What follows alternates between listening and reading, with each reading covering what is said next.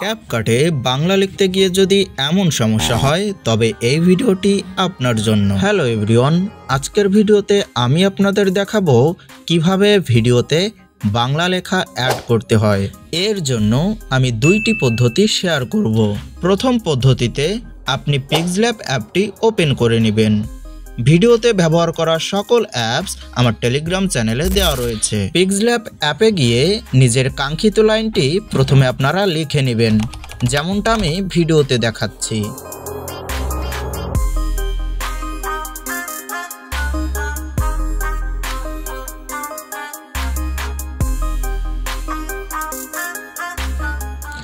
লেখা শেষ হলে আপনি নিচের দিকে 4 নম্বর টুলবারে ক্লিক করে ট্রান্সপারেন্টে ক্লিক করবেন। এতে করে আপনার লেখার ব্যাকগ্রাউন্ডটি রিমুভ হয়ে যাবে। এখন আপনি লেখাটিকে সেভ করবেন, অতঃপর আপনি চলে আসবেন ক্যাপকাট অ্যাপে।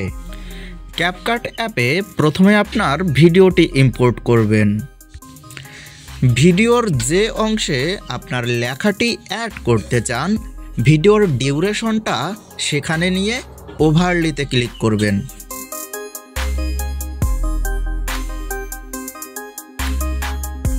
অতঃপর গ্যালারি থেকে সেভ করা লেখাটি আপনি অ্যাড করে নেবেন। দেখতেই পাচ্ছেন আমাদের লেখাটি অ্যাড হয়ে গিয়েছে। এখন চাইলে আপনি লেখাতে অ্যানিমেশন অথবা মাস্কিংও ব্যবহার করতে পারেন।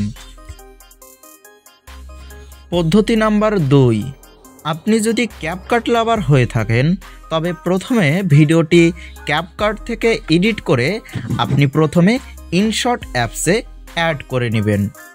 ইনশট অ্যাপসের কতগুলো টুল থেকে আপনি টেক্সট নামক টুলে ক্লিক করবেন।